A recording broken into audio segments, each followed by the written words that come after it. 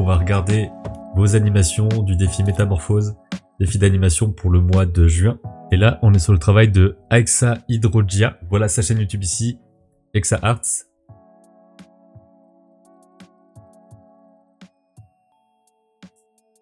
Plutôt chouette, je trouve. Je remarque quelques petits trucs. Alors déjà, bon ça c'est plus personnel, mais vu que les décors ont un trait assez uniforme et tout ça, j'aurais préféré qu'ils aient un trait peut-être un peu plus brouillon, un peu plus vivant, comme ce qu'on a ici sur le perso. Je sais pas trop ce que c'est. J'imagine que c'est censé être la robe qui arrive à l'avance ou quoi, mais j'ai l'impression qu'il y a un truc qui fait un peu bizarre en fait dans cette façon de montrer que la robe arrive et ressort. Donc peut-être que il aurait fallu en tirant, on voit vraiment que la robe parte sur l'avant comme ça et qu'on la voit vraiment se détacher et tout. J'aime bien le fait que les yeux changent, on passe de yeux comme ça à des yeux juste points, et ça marche bien dans ce contexte-là, je trouve. On pourrait avoir quelque chose d'un peu plus poussé, donc là elle pourrait être un peu plus penchée, on sent un peu plus peut-être l'appui sur les genoux. Donc je dirais ouais, de rendre les poses plus extrêmes, d'avoir un truc un peu plus vers l'arrière et ensuite poum, un truc un peu plus vers l'avant, en gros qui soit quand on tire, elle parte comme ça. Et ensuite quand elle revient, elle a vraiment ce rebondi directement et ensuite elle revient à sa place. Pour l'instant, elle a le rebondi, donc elle a ce côté un petit peu hop, je vais vers l'avant mais il n'y a pas ce côté va-et-vient. Et ensuite elle revient. J'aime bien les mouvements sur les cheveux aussi. Donc selon moi il y a quand même quelque chose qui fonctionne super bien dans cette approche ici. En plus c'est une animation relativement simple, un mouvement, un plan fixe. J'enchaîne hein, sauf si on a des choses en particulier à aller regarder, pourquoi pas. Donc c'est Pierre Bretagne, animation sur le thème donc Métamorphose, qui s'est rapidement transformé en prétexte pour réviser mes grands principes de l'animation. Cette animation a été réalisée sur Nintendo 3DS, enfin DS, je sais pas pourquoi je rajoute le 3, avec le logiciel Flipnote Studio, d'où la résolution. Et c'est vrai que ça c'est assez chouette de se dire qu'on peut faire ça. J'avais déjà vu à l'époque, il y avait un animateur qui s'appelle Keke Flipnote, vous avez peut-être déjà entendu parler, qui faisait de l'animation sur DS, peut-être toujours.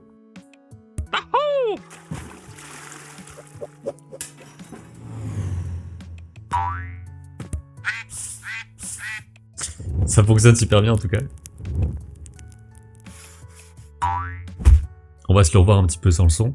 Donc c'est vrai que ça c'est vraiment, selon moi, l'exercice assez idéal pour réviser ces principes d'animation, justement tout ce qui est la compression, l'étirement, les ralentis, les accélérés, le fait de faire une seule chose à la fois. Par exemple ici les poses extrêmes où il arrive à ce point-là et ensuite il va aller s'écraser pour ensuite rejoindre cette pose-là avec ici un ease out et un ease in. C'est vraiment pour moi les meilleures façons d'apprendre parce que c'est un peu plus marrant à faire que le côté simplement balle qui rebondit et tout. Mais en même temps ça reste assez simple pour juste s'entraîner et tout ça. Je sais pas du tout à quoi ça ressemble d'ailleurs sur DS de faire tout ça. C'est typiquement le genre de choses que j'imaginais en proposant Métamorphose comme thème. C'est ce côté morphing, passage d'un objet à un autre, d'un personnage à un autre.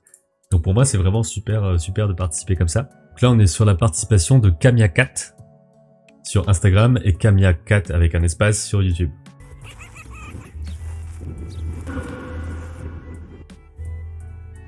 Alors je vais lire un petit peu ce que tu nous dis. J'ai utilisé l'application Flipclip et CapCut pour le montage. Ça je m'en suis bien rendu compte du CapCut pour le montage. Pour ce truc là de fin avec les zooms et les trucs un peu filtres et tout, je pense que ça se sent pas mal. Une des choses qui est pour moi les plus importantes, c'est de pas avoir tout le temps le même rythme dans l'animation. J'ai l'impression que quand il part ici déjà, on pourrait avoir un... Alors là je vais vérifier qu'il n'y en ait pas. Ouais, je comprends que ça peut être l'accélération. Mais j'ai l'impression que entre les deux là, on pourrait avoir une autre pause qui soit un peu plus ici pour mieux sentir l'accélération. Après, je comprends bien que ça s'arrête là-haut. Mais là, pareil, je trouve que ça c'est beaucoup trop proche et qu'on pourrait donc avoir celui-là ici, celui de fin là si on veut, même si je pense que ça marche mieux au niveau du volume, et un qui est un peu plus bas. Donc ça permettrait de mieux avoir un ressenti d'accéléré ralenti. Et là je crois que c'est ce moment-là où j'ai l'impression que ça passe d'une image à une autre de façon un peu chaotique. On est sur une pose où il a la tête en haut, ensuite il est bien plus penché, ensuite il revient en haut mais très très vite. C'est plus ce moment-là moi qui me pose un peu problème, même si en le voyant comme ça je comprends le mouvement. Là par contre pour moi il y a pas assez de pause. Dans le sens où on le sent pas sauter. Il est ici et d'un coup il est en l'air. Alors que là c'est pas du tout une pause d'avant-saut, selon moi. Quand un chien s'apprête à sauter, ou un chat qui se place comme ça, il y a les deux pattes comme ça, et ensuite ça forme une sorte de triangle avec la tête ici, le derrière qui monte, et ensuite il y a le saut. Pour accentuer un petit peu l'effet du saut ici, c'est un des problèmes principaux que je peux voir parfois, je dis ça comme si j'étais prof d'anime, pas du tout, mais vraiment le côté, on sent pas assez l'anticipation, l'élan, la prise d'élan avant de sauter quoi. Après le saut, que là en fait on dirait qu'il y a une retournée vraiment incroyable que je trouve assez particulière quoi. Et là surtout, je comprends que l'arc est là pour fonctionner. J'ai l'impression que voilà, il est relativement bien suivi.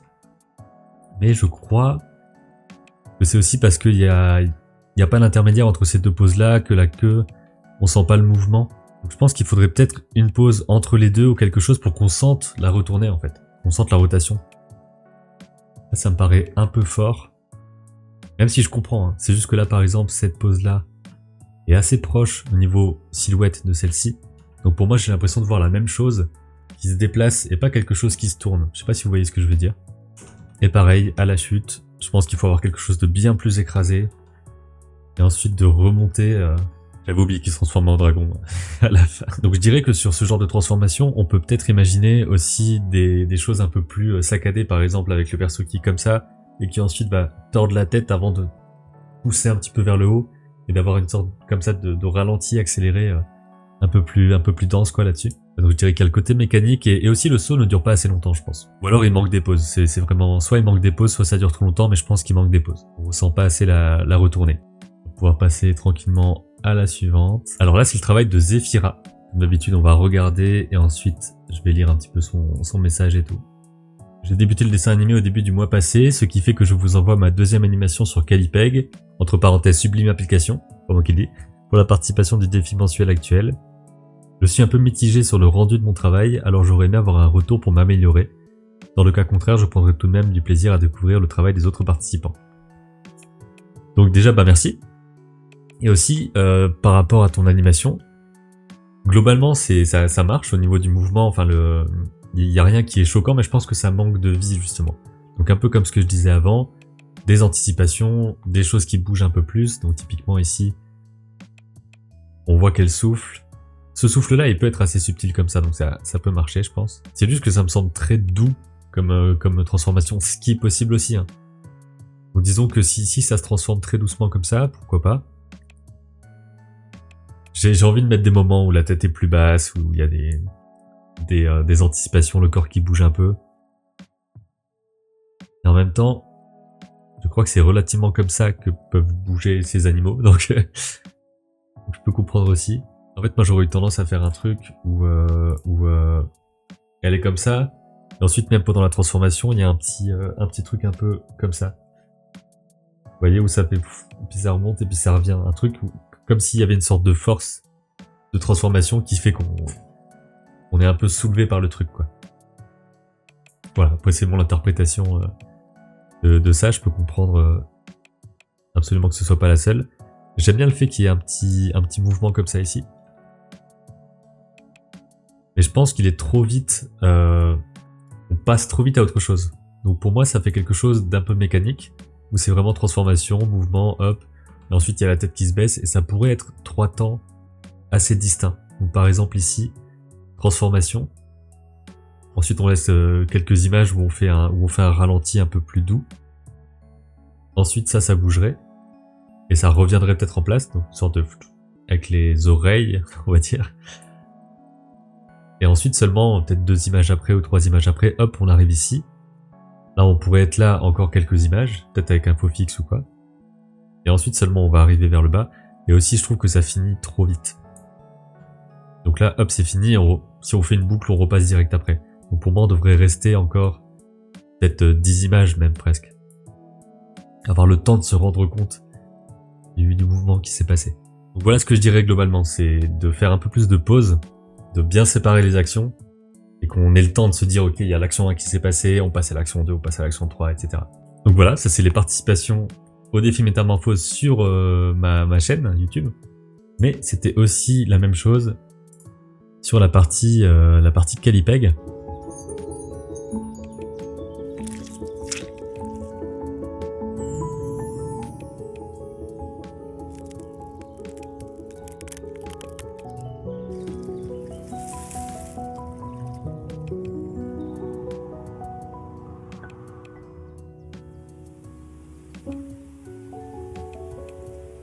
En tout cas, c'est une animation qui est vraiment super complète. Il y a toute une séquence qui a été faite. Et je trouve que ça représente bien, enfin, pour moi, dans le côté métamorphose, il y a justement ce côté très vivant et tout. Donc là, le fait de faire des fleurs qui poussent et tout ça, c'est vraiment très chouette. J'aurais aussi quelques remarques hein, par rapport, par exemple, au fait de faire des choses un peu plus organiques, enfin un peu plus, je sais pas comment expliquer que là, ça s'arrête pas là en fait, et que ça parte un peu plus loin et que ça revienne, qu'on sente un petit mouvement en plus. Et bon, là, c'est vraiment que je pinaille aussi. Il y a tout ce truc aussi de faire en sorte que ça ressemble de plus en plus à une main ici. Ça fonctionne super bien. Les couleurs sont très chouettes aussi, tout en aplat.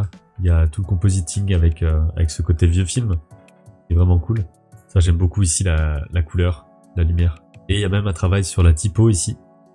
Avec le côté ondulé, tout ça. Enfin, c'est vraiment une super participation. J'en ai juste mis une partie dans le bilan. Donc ça, c'est une animation de Charline E. Giles qui est venue, enfin avec qui j'ai fait une interview il y a pas longtemps.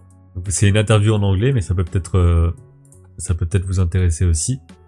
Je compte faire un peu le même format que ce que je fais sur ma chaîne en français, mais sur la page de Calipeg. Ensuite, on a le travail de Danae Grimoire, un côté texturé qui est très chouette de ce côté, et surtout un usage des flash frames. C'est vraiment chouette. Il faudrait peut-être que je fasse une vidéo là-dessus. J'en parle un petit peu dans l'analyse avec One Piece. Je pourrais peut-être faire une sorte de tuto là-dessus. Enfin, il faudrait que je m'entraîne à le faire, que je sache le faire.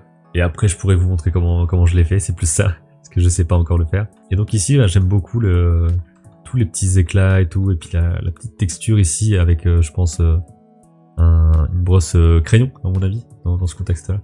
Ici, quelqu'un qui a fait quelque chose de plus rough, mais avec beaucoup de transformations différentes. Je crois que la transformation que je préfère, c'est celle-ci. Il y a un truc très chouette en fait où on passe d'un profil à un autre. Léa Fabre qui a fait tout un truc de FX très chouette avec des lumières qui font un effet très brillant, très très cool. Ça c'est ce genre d'exercice qui peut être vraiment super pour animer sans dessiner de perso. Et peut-être que ça va devenir votre passion et tout ça parce que c'est aussi un métier, hein, animateur, animatrice FX. Et donc ça c'est tout ce qu'on avait pour ce mois-ci au niveau des animations sur le thème métamorphose, donc j'espère que ça a pu être un bon exercice. Bien sûr, c'est un bon exercice à faire toute l'année. Hein. Là, je l'avais fait un peu comme ça pour ce mois-ci, mais ça peut absolument être un exercice que vous faites n'importe quand, qui vous permet de vous entraîner. Ça peut être des métamorphoses très complexes comme très simples. C'est un bon exercice pour débuter et en même temps un truc qui permet de s'entraîner un peu tout le temps sur même des objets assez complexes, des persos assez complexes aussi. Et si vous voulez avoir une petite vidéo sur la transformation, j'avais fait quelque chose il y a quelques temps, un exercice simple pour apprendre l'animation. Donc cette vidéo-là pourrait vous aider à justement comprendre un peu ces principes de déformation, d'anticipation, de choses comme ça. Et ça devrait pouvoir vous permettre d'animer un petit peu mieux les métamorphoses, et ce qui est vraiment un super exercice pour débuter en anime ou pour s'entraîner.